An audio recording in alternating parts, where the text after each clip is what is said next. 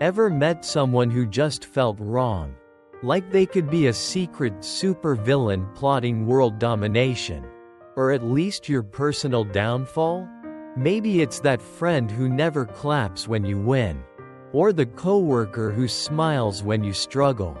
Or plot twist, it's the person sitting right next to you right now. Today, we're diving into red flags that scream, "This person is evil."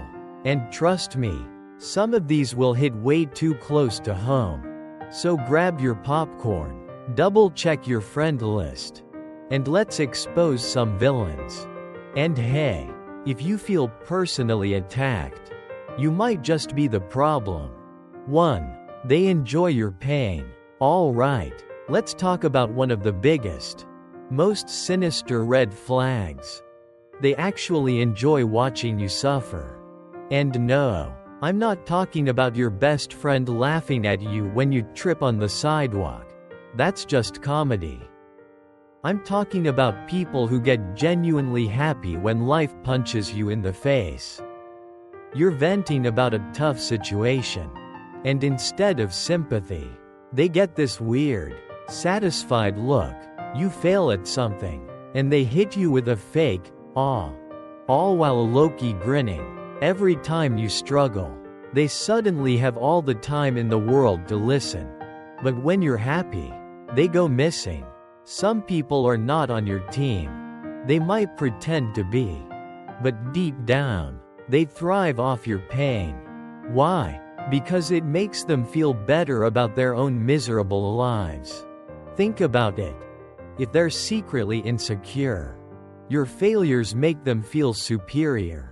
If they're jealous of you, your pain reassures them that you're not that special after all. And if they're just plain evil, well, suffering is their entertainment. I once had a friend who would only show up when things were going wrong.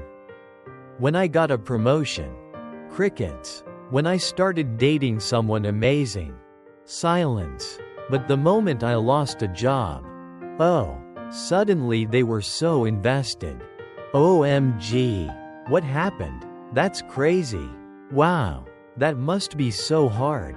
At first, I thought they were just being supportive. But then I noticed the way they asked. The excitement in their voice. They weren't comforting me, they were feasting on my failure. It hit me when I finally had some good news to share. And they instantly changed the subject. That's when I realized this person was never my friend, they were my audience. Here's the kicker. Not everyone in your circle is rooting for you. Some people need you to struggle because that's the only way they feel okay about themselves. Disappears when you succeed but suddenly reappears when you fail. Seems weirdly invested in your struggles? Minimizes your wins but dramatizes your losses? That's not a friend, that's a parasite. And the only cure? Distance. If someone enjoys your pain, they do not deserve access to your life. Period. Cut them off. Watch your life improve. And enjoy the peace that comes from being surrounded by people who actually want to see you win. And if this made you think of someone, yeah, it's time to let them go. 2. They weaponize your secrets. Alright, let's get real. One of the most underrated but deadliest signs of an evil person is this. They collect your secrets like ammunition and fire them back at you when they need control. And the worst part? You trusted them. You thought they were your safe space. But nope. Turns out, they were just waiting for the right moment to turn your deepest fears into their greatest weapons. You open up about something vulnerable, your childhood trauma, your worst fear, the fact that you still Google how to be an adult, and at first, they seem supportive, but then, boom, next argument, they throw it right back in your face. And if you confront them, oh my god, I was just joking, you're too sensitive. Yeah, no, that's called psychological warfare. I had a so-called best friend back in the day. Let's call her Sarah. One night, I got real with her. I told her about my biggest insecurity. I felt like I was never good enough. That no matter what I achieved, I always felt like a fraud. She nodded, hugged me, said all the right things. Fast forward a few months. We get into an argument. And out of nowhere, she smirks and says, "Maybe if you weren't so desperate for validation all the time, people would actually like you." My stomach dropped. That wasn't just an insult, that was a sniper shot to my soul. She took something I shared in trust and used it to destroy me. That's when I realized she wasn't my friend, she was an emotional terrorist. This isn't just toxic behavior, this is malicious. Someone who weaponizes your secrets doesn't just want to hurt you, they want to control you. They want you to fear opening up because the more guarded you are, the easier it is for them to manipulate you. And that, my friends, is next level evil. Not everyone who listens to you actually cares. Some people act like a diary, but they're really a loaded gun. So if you ever notice someone using your past mistakes as a punchline, bringing up your secrets in arguments to win, sharing your personal struggles with others for fun, a real friend protects your vulnerabilities, not profits off them. Look, your deepest struggles, your softest wounds, your private battles, those are sacred. You don't owe them to anyone. And you definitely don't owe them to someone who will use them as a knife when it benefits them. So if you've got someone in your life who makes you afraid to be vulnerable, that's your sign. Cut them off. Protect your peace. Protect your heart. And trust me, your future self will thank you. 3. They ruin good moments on purpose. You ever notice how some people just can't stand it when you're happy? Like clockwork, the moment you're celebrating something, they swoop in and drop a negativity bomb. Suddenly, the air feels heavy, the excitement dies down, and your moment is no longer about your success, it's about their bad energy. This isn't an accident. Some people are deeply uncomfortable with your joy. They don't want to see you winning because it reminds them of everything they don't have. Instead of clapping for you, they'd rather sabotage the moment, pull focus, or make you feel guilty for feeling good. You tell them good news, and instead of celebrating, they immediately downplay it. "Oh, that's cool, but are you sure it'll last?" Well, anyone could do that if they had the right connections. That's great for you, I guess. I just wish I had the same opportunities. Every time you're in a great mood, they find a way to bring up drama. It's your birthday, and they pick a fight. You're celebrating a big win, and they suddenly have an emotional crisis. You're excited about a new relationship, and they remind you how most relationships fail. They make your success about themselves. Wow, must be nice. Some of us aren't that lucky. I wish I had time to chase my dreams like you do. But I have real responsibilities. I once had a friend who never let me have a moment of happiness without trying to bring me back down. Let's call her Lisa. One time, I was celebrating a huge career milestone. I had worked for years to get to this point, and when I finally got the promotion, I felt like I was on top of the world. Naturally, I shared the news with my close friends, expecting them to be excited for me. Everyone was congratulating me, except Lisa. She responded with, "Must be nice. Some of us are stuck in jobs we hate." At first, I brushed it off. Maybe she was just having a bad day. But then, later that night, while I was out celebrating, She sent me a long text about how she was really struggling and needed to talk. I stepped outside the restaurant, thinking something was seriously wrong, only to find out she was upset over something trivial, nothing urgent, nothing life-changing.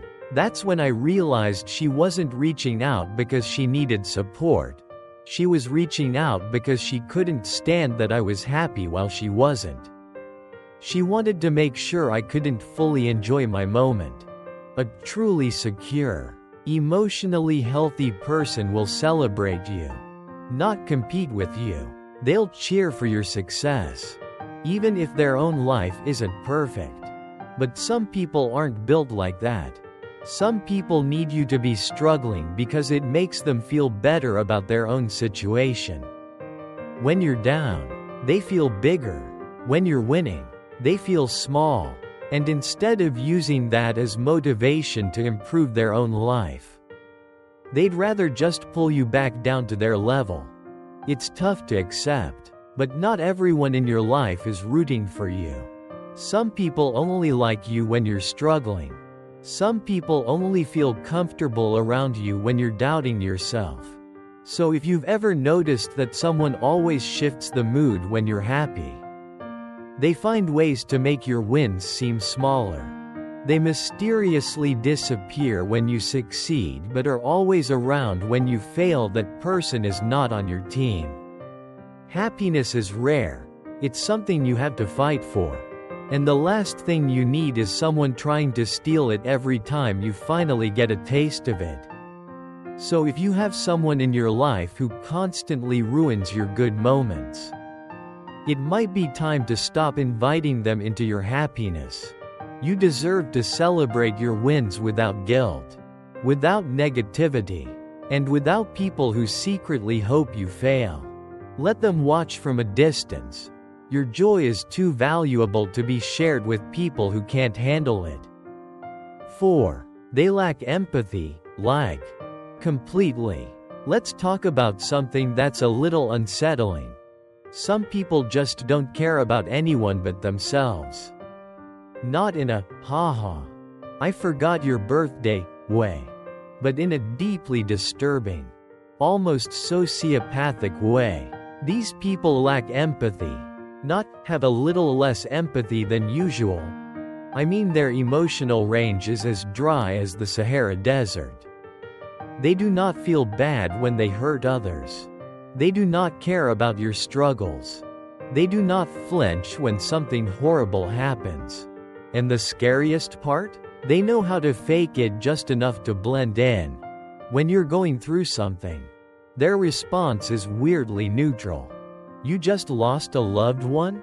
Oh, that sucks. You're having a breakdown? I mean, we all have problems. You tell them something vulnerable? Well, anyway, they literally do not care. When they hurt you, you confront them about something hurtful they said, and they stare at you blankly. They never apologize unless they're forced to. And even then, it's an empty, sorry you feel that way. If they do say sorry, their actions never change. They seem bored by human suffering. A tragic news story? They shrug. A friend going through a breakup? They laugh.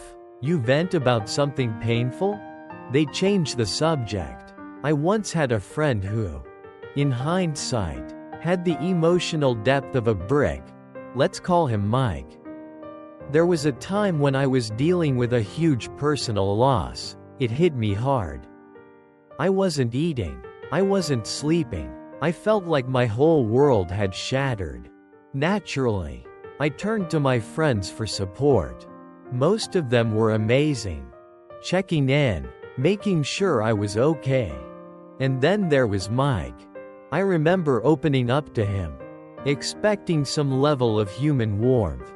His response? A flat, yeah, life's tough. Then he immediately started talking about a video game he was playing. It was so jarring. I actually laughed out of disbelief. How do you just not react at all when someone is telling you they're falling apart? That's when I realized this man was emotionally hollow. But it gets worse. A few months later, he went through something difficult. And suddenly, he wanted everyone's sympathy. He wanted long, deep conversations about his feelings. He wanted validation, comfort, emotional support. The very things he had zero interest in giving when it was someone else in pain. That's when it clicked. Mike wasn't incapable of emotion, he was just incapable of caring. Unless it benefited him. A person who lacks empathy is dangerous in ways most people don't realize. They will hurt you repeatedly without feeling bad about it. Gaslight you into thinking you're too sensitive. Exploit you for their own benefit. Then discard you. They don't care about your feelings because, to them, feelings are just obstacles, things to be ignored, manipulated, or dismissed. And if you stay around someone like this for too long, you start to feel crazy. You start doubting yourself, wondering if maybe you are being dramatic, when in reality, you're just dealing with someone who is emotionally broken. A lot of people fall into the trap of thinking, maybe if I explain my pain in the right way, they'll finally understand. No, they won't. If someone truly lacks empathy, nothing you say will ever make them care. And that is a devastating truth to accept, especially if that person is someone close to you. The sooner you accept that, the sooner you can stop wasting your energy trying to squeeze water from a rock. If you notice someone in your life who consistently lacks empathy, you need to stop expecting them to be something they are not. It's painful, it's frustrating, but at the end of the day, you deserve to be around people who actually care when you hurt. People who won't just listen but actually feel something for you. So don't waste your time begging for emotional crumbs from someone who is incapable of giving more. Protect your peace, walk away, and surround yourself with people who have hearts, not just functioning nervous systems. 5. They have a creepy sense of control over others. Let's talk about the puppet masters. The people who, somehow, some way, always end up pulling the strings. These aren't just your everyday manipulative types. These people take control to a whole other level. They don't just want influence over others, they want absolute control. And the scariest part? Most of the time, you don't even realize it's happening until you look around and notice that. Somehow, they've got everyone dancing to their tune, including you. They dictate the mood of the entire group. If they're in a bad mood, suddenly everyone feels on edge. If they don't like someone, no one is allowed to like them. If they're happy, the group is allowed to be happy. Until they decide otherwise, they always make people feel like they owe them. They do favors for people, not out of kindness, but to use as leverage later. They constantly remind you of all the things they've done for you when you don't comply. If you refuse to do what they want, suddenly you're selfish or disloyal. They get weirdly angry when people make independent decisions. You made plans without them? Oh, so I guess I don't matter. You disagreed with them? Wow, I thought you were different. You set a boundary? Suddenly they act like you're the bad guy.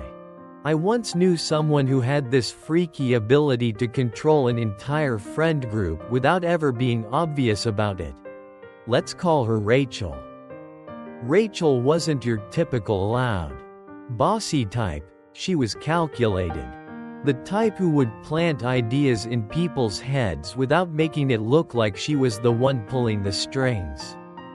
One time, I casually mentioned to her that I was thinking about hanging out with a mutual friend, Sarah, one-on-one. Rachel smirked and said, "Huh, that's interesting. I mean, Sarah's cool, but She did say some really weird things about you a while ago. But hey, you do you. I was immediately on edge. What weird things? When? Why didn't I know this? But she brushed it off, making it seem like she was just trying to help. And just like that, a seed of doubt was planted. I started feeling uneasy around Sarah. I second-guessed my friendship with her. And guess who benefited? Rachel. Because the less close I was with Sarah, the more dependent I became on Rachel. And she did this with everyone. If two people in the group started getting too close, she'd find a way to sabotage it. She wanted everyone's loyalty, but only to her. It wasn't until I stepped back that I saw the full picture. Rachel wasn't just a friend, she was running the entire group dynamic like a dictator. A person who constantly controls others isn't doing it out of love or care. They do it because power is their drug. They need to feel like the most important person in the room. They thrive on knowing they can influence how others think, act, and feel. And the worst part? Most of the time, they don't even need to say it outright.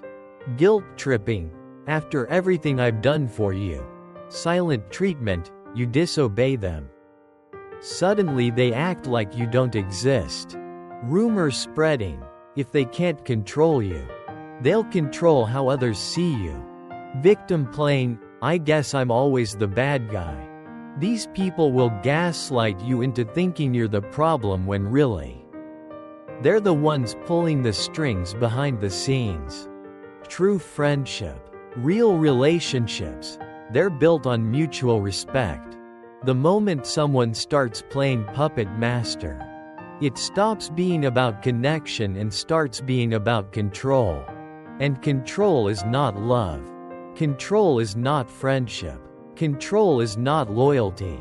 So if you ever start feeling like you're walking on eggshells around someone, you're afraid to upset them because of how they'll react. You feel guilty for making choices that benefit you. That's a sign that person does not respect your autonomy. If someone in your life has a creepy level of control over you or others, it's time to break free. You are not a chess piece. You are not someone's emotional hostage. You do not owe anyone your loyalty at the cost of your own happiness. Real relationships make you feel free, supported, and respected. Anything less? Walk away. The best way to beat a puppet master is simple: cut the strings. 6. They push your boundaries as a joke. Ever met someone who constantly crosses the line, but the moment you call them out, suddenly it was just a joke? These are the people who will make offensive comments, disrespect your personal space, and do things they know make you uncomfortable. Then gaslight you into thinking you're overreacting. But here's the real problem. It's never just a joke, it's a test. A way to see how much they can get away with. They make mean, uncomfortable, or even creepy comments and then act like you're the problem when you don't laugh. Wow, you're so sensitive. Relax. I was just messing with you. God, can't you take a joke? They push your physical boundaries and play it off as just playing around. They hug you when you clearly don't want to be hugged. They tickle, poke, or touch you when you've told them not to. They stand way too close and act confused when you step back. They ignore your no and keep pushing. Oh, come on. Just have one more drink. Stop being lame. You should totally do it. What do you mean you don't want to? Everyone else is doing it. When you actually set a boundary, they make you feel guilty for it. Wow, I guess I can't joke around you anymore. I miss when you weren't so uptight. You've changed. You used to be fun. I had a friend once. Let's call him Jason. Jason was the type of guy who thought boundaries were a game. He'd make wildly inappropriate jokes, say things he knew would embarrass people, and get uncomfortably handsy, especially when he was drinking. The worst part? He wasn't an obvious villain, he was charming, funny, and everyone loved him. And because he had this life of the party personality, people let things slide that they wouldn't tolerate from anyone else. One night, I told him clearly that I wasn't comfortable with a certain joke he made about me in front of a group. His response? He laughed in my face and said, "Damn, I forgot you're one of those sensitive types now." And just like that, he flipped it. Suddenly, I wasn't the one being disrespected, I was the one being too sensitive. That's when I realized he wasn't joking, he was testing how much he could get away with. And the moment I finally said, "Enough," he made me the problem. People who push your boundaries as a joke aren't joking, they're testing. They want to see how much you'll tolerate. They're looking for weak spots, ways they can subtly disrespect you without facing consequences.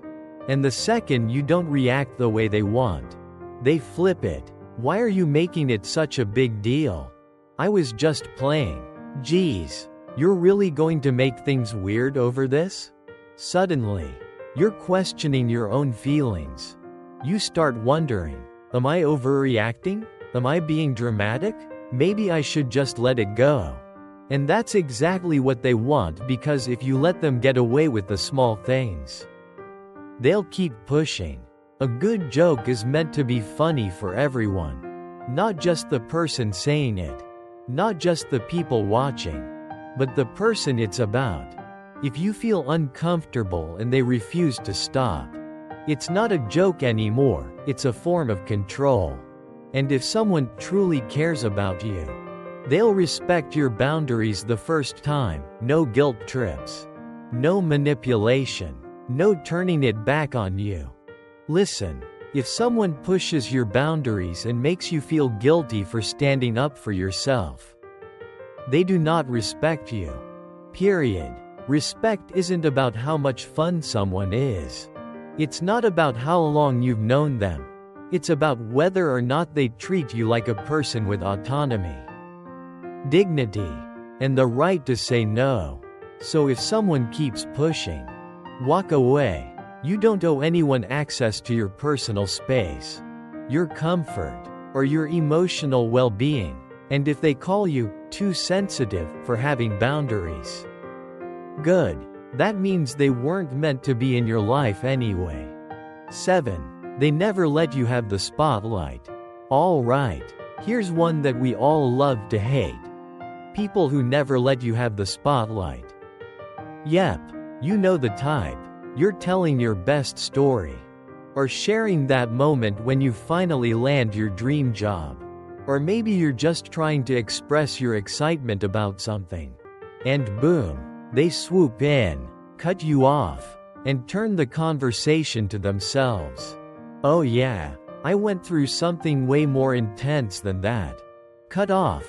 "Let me tell you about my experience." We've all been there. The moment you start talking about something that excites you, and they just can't resist taking over. Like they're the star of the show now. Here's the deep part. When someone constantly steals the spotlight, it's not just about being selfish or rude. No, it's a power move, a deliberate attempt to keep you in the background. They don't want you to shine. And it's because they fear your light. Oh yes, they see your success, your energy, and your personality as a threat. I'll give you a personal story because I've been burned by this one. A couple of years ago, I had this friend. Let's call her Lisa. Every time I would talk about something I was really proud of, she'd somehow make it all about her. Oh my God, guys, I just got accepted into this amazing program. I'm so excited. Oh, wow, that's nice. But you know, I've been doing something way cooler. I got this major job offer last week. At first, I thought, maybe I'm being sensitive, but it kept happening every single time. She was always the one who needed to be in the center. It wasn't just a fluke, it was a pattern. And you know what? It wasn't even about her being excited for me. It was about her needing to dominate the conversation. It was like she couldn't handle seeing me, even for a moment, being the one with the spotlight. That's the thing with people like this. Their insecurities run deep. The moment they see you shining, it triggers something inside of them. An uncontrollable need to pull you down so they can feel bigger. It's not a conscious thing for everyone. But for some people, that's just how they operate. They need to always be the focus because if they're not, they feel like they're nothing. And listen, let me be clear. We all have our moments where we want attention. Right? It's human. But there's a difference between sharing a moment and hijacking someone else's shine. If you can't celebrate the success of others without turning it into your own narrative, that's a serious red flag. And yeah, it's evil. I had to learn to set boundaries with Lisa. It wasn't easy, but I had to stop letting her diminish my moments. I realized that someone who can't handle you shining isn't really a friend, they're a vampire, sucking your energy. So if you've got someone like this in your life, someone who just won't let you have your moment, who always has to one-up you or make it all about their own drama, take a step back. They're trying to control the narrative, but you don't need their approval. Trust me, I get it. It's tough to call out someone like this, especially if you've been friends for a long time. But you have to protect your energy. Your light is too bright to be dimmed by their insecurities. You know, I've learned that if someone can't handle you being yourself, being proud of your own wins, or just enjoying a little bit of attention every once in a while, then that person isn't truly your friend. And that's okay. It might sting at first, but you'll thank yourself later for choosing your peace and your light over their need for control. So don't let anyone steal your spotlight. You deserve your moment. You deserve to shine. And if they can't handle it, they can't handle you. And that's their problem, not yours. All right, guys, that's it for this one. Keep your light shining bright. Always. Don't let anyone steal it. And remember, you're amazing, you're worthy, and nobody's going to outshine you unless you let them. And you don't have to. Alright, that's a wrap, my friends. Thanks for hanging out with me today and diving deep into the red flags that could be hiding in your life.